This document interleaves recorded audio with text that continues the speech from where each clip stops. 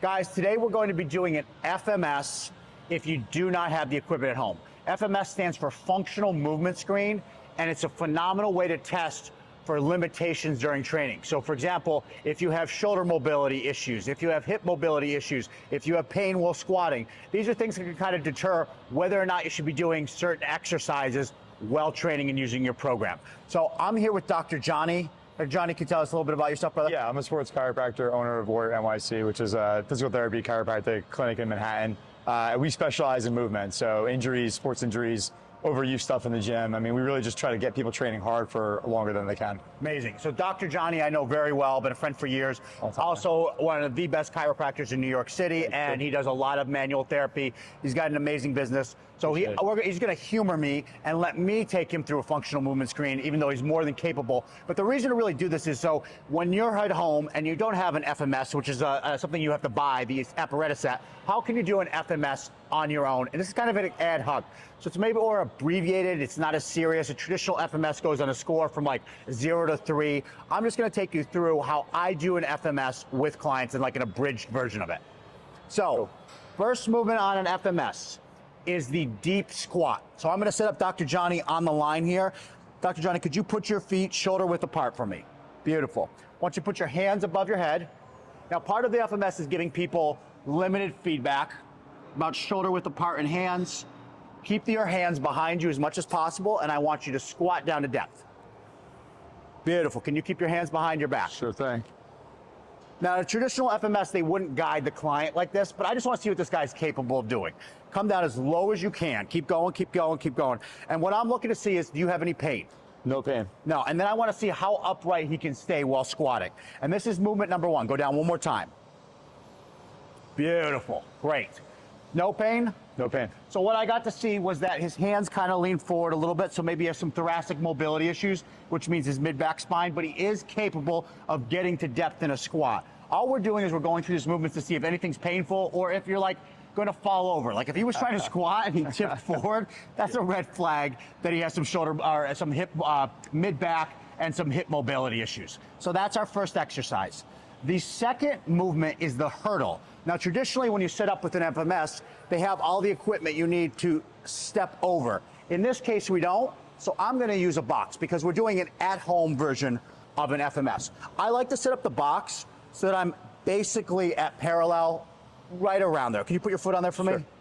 So he's pretty close to parallel. Now, what I wanna look to do, on a traditional FMS, you literally step over something with both feet and make sure that you stepped over the item and you're able to clear it. In this case, I just want to see, can he step up onto the box? Johnny, go ahead and step up into the box. Foot. Yep. Good. Come back down. Can you do the same foot for me again? Sure. Now, if he was doing this, and as doing it, he was tipping forward, he was really struggling to get from point A to point B, that would be a problem. Also, if he was in pain. Right. So, let's do one more. Good. Traditionally on an FMS, you do 3 come down of each side or each movement. You do it 3 times through. Other side. Sure. Beautiful. Come back down. Come back up. Good. Come back down. Come back up. So I would gauge from this that he has good hip mobility. That's the hurdle. So first one was a deep squat. Number 2 was the hurdle. The third one is an inline lunge. And again, this is an abbreviated, we're not as buttoned up version of an FMS. I'm gonna have him take his feet so that he's able to lunge all the way down and his knee doesn't hit his heel. So which foot do you wanna lead with? Let's go left foot first. Perfect. Now. So you want me to give enough space so my knee can hit? 100%. Okay. I'm using a PC pipe for that deep squat. You could literally use a broom. You can basically use anything to hold in this position. And I'm gonna take one behind his head and put the other one on his back. And I'm gonna ask him to try to keep this pipe against his head, against his mid-back, and against his butt. And go ahead and lunge down for me. Great, come back up. Do it again. It's not uncommon that when people do this, they lose balance. Any pain? No pain. No pain. Do it again. Just my ego. Just your ego. Switch sides, switch your feet. And now when he switches feet, he's gonna switch hands. So make sure that you have both feet lead and that you switch hands when you do this exercise. And again, he's gonna try to keep it against his head, against his back, and against his butt. Go ahead, lunge down. I think you need a little bit more space. Yeah, this one feels different already. That's all right. Oh, I'm missing it. Beautiful. Go ahead. Get on the line. I like to use this line to keep him on here, to see if he can balance. Do it again. Great. So those are our first, any pain? No pain. Those are our first 3 movements. And again, this is a less buttoned up, abbreviated version of a traditional FMS. So far we've done a deep squat, we have done a hurdle, and now we have done an inline lunge to test if there's any pain, to see if there's any stability, and to make sure that he can do full range of motion while doing each of these. Okay, so exercise number 4 is shoulder mobility. This is a fun one. I'm gonna take this away for a minute. I'm gonna have Dr. Johnny face this way. So what he's essentially gonna do is he's gonna take his hands and he's gonna make baby fists. He's gonna put his thumbs inside of his hands. Great, and then in one fall swoop, he's gonna try to reach around and see how close he can get his 2 fists together, right? All right, so let's put go. one behind the other. Okay, here's the deal. If he is more than 2 of his fists apart from each other, it means he's probably not cleared to do flat pressing. If he's more than 1 fist away from each other, like this, then he might not be able to do overhead pressing. So the further his hands apart, the more severe it is. This is not always the case. Some people are very jacked and they have more musculature, or they're just overweight, so they might not be able to get as close to each other. But in many cases, if your hands are more than 2 lengths apart from each other, 2 fists in length, you should not flat press. And if they're more than 1 apart, you should not overpress. The more apart they are, the more severe your lack of shoulder mobility is. Try the other side for me. Sure. Now, it's very common that there's an asymmetry here, that one side is worse than the other. So you can see there's quite a bit of distance here. I'm not telling you that you can't overhead press. I'm not telling you they can't flat press, but I am telling you that you might be at risk if this is the case. Okay, face towards the camera. Sure. So that's our test, right? Simply fists as such, boom, try to see how close. Fists, and this is how we do shoulder mobility. Now, I'm gonna test and see if he's an impingement. Can you put one hand on your shoulder? Great, and now, will you lift up your elbow? Does it pinch? Can you do the other side for me? Sure. Does it pinch? A little bit. Little impingement? A little bit. So he might have impingement in one of his shoulders. There's nothing structurally wrong if that happens. It could be he sleeps on that shoulder too much. Yeah. He has a new baby. He could be holding his baby more often than that arm. Yeah. That's what you're doing. Yeah. He's holding his, I do this all the time. So right he's, here, he's doing all of his stuff and he's holding it and the shoulder gets a pinch. Or you could be sleeping on that. It's nothing structurally wrong, but it might hurt when you do certain exercises, lateral raises or things like that. And so that's how we can detect a shoulder impingement. And so this is how we look at shoulder mobility, which is number 4. Number 5, I'm gonna have him lay down. On my back? Yep, and if you lie on the line, please. Sure. And we're gonna do a leg raise, an active leg raise. This, I think, is incredibly good. It's a way of gauging hip mobility. So if you think about how far I could push my hips back when I'm doing things like hinging, deadlifting, things like that, this is how we're checking what Dr. Johnny's hip mobility is. This is number 5 on our FMS, and this is active leg raise. So I want his legs to stay as straight as possible, both of them. I want his head back on the floor. I want his back flat, and I want you to lift one leg up in the air.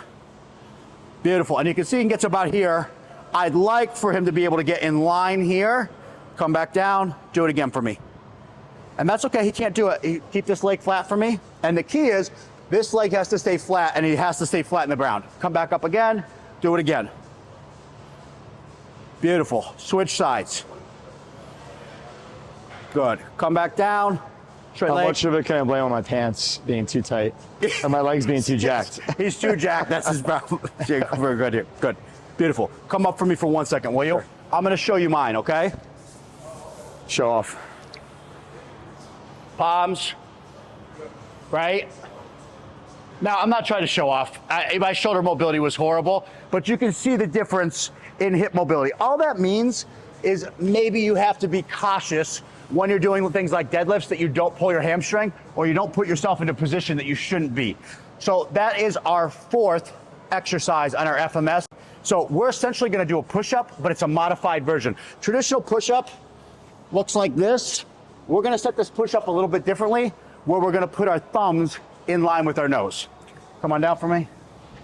Beautiful, come in closer. Can you see all Johnny? Come closer to me, come closer to me. We're making him work out here today. Sorry, guys. Okay, come down on your butt, on your stomach.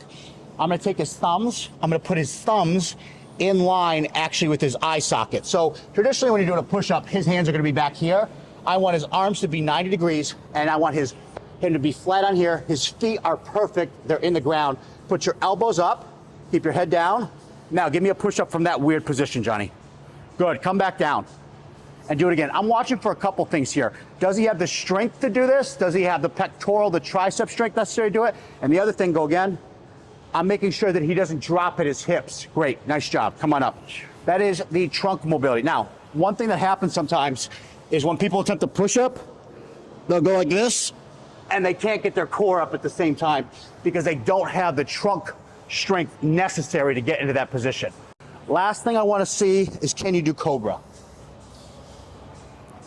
You just do Yep. a straight extension? Yep. Oh, yeah. Great. And we test to see if he has any pain while doing Cobra. Do Cobra for me.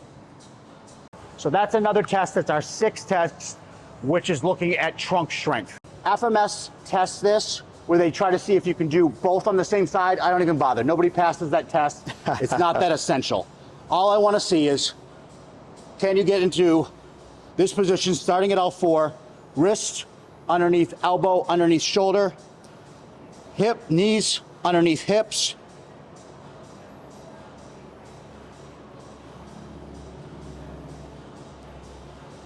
Can I do that without wiggle wobbling or falling over? And even do I have the ability to do it? So we'll test Dr. Johnny. He's gonna have no problem doing this. So we're gonna go hands under shoulders, knees under hips, right? Yep. Keep neutral spine there. Great. Yep. Down. Exactly. Right hand, left hand. Good. A little wobbly, but no pain there. No pain. No pain, no issues. Now, along with that, you can do this for me. See if you can do child pose for me without any pain. Beautiful. Sit back on your heels. Any pain? Nope. Great. So we want to test and run through that. Oh, feels good. Those are the 7 exercises. Exercise number 1 is a deep squat. Exercise number 2 is the hurdle. Exercise number 3 is the inline lunge. Number 4, shoulder mobility. Number 5, active leg raise. Number 6, trunk stability. And number 7, rotary stability. That's a functional movement screen. Okay. Remember, guys, this is really an unbuttoned up version. They're very technical about it. I actually have my level 2 certification FMS. I believe in it very highly, but they kind of have their noses up a little bit. It's really not that big of a deal. You just want to make sure that the client isn't in pain and being able to have a metrics for being able to test if they can or cannot do things, because that's what it's about. Right. It's about being able to go train and not get hurt, because if you get hurt, you have to go see Me. Dr. Johnny, where are you at again? Manhattan, New York City. And what's the best way to find you? Dr. Johnny, Instagram, or Warrior.NYC. Beautiful. And again, this guy has an amazing clinic. He treats the Knicks. He treats all sorts of athletes in the area. He's really very focused on mobility. Yeah, very focused. A lot. Me, a lot of very beautiful influencers, people like that. Yeah, so they find us. He just treated Brian Mazza recently. Yeah, Mazza so just snuck out of here. Just snuck out of here. Yeah. Ryan Harrell, he's about as world famous as they come. Yeah. But seriously, like, he's the man, and he does a phenomenal job at chiropractic and what would we call Physical it? therapy and acupuncture. It's really hands-on sports medicine is our So thing. like kind of like body Myofascial tissue stuff. Yeah. Myofascial. Which is a more sophisticated way of saying any kind of like tissue Deep work. tissue stuff. Yeah, they call it soft tissue, muscle, tendon, ligament. Beautiful. So he's an expert at soft tissue in New York City, and again, he's the man. Man. Guys, if you like what you see here today, this is all about helping real people be able to do real things at the gym. So hit a subscribe button, follow me on Instagram, follow Dr. Johnny on Instagram. Thanks for tuning in.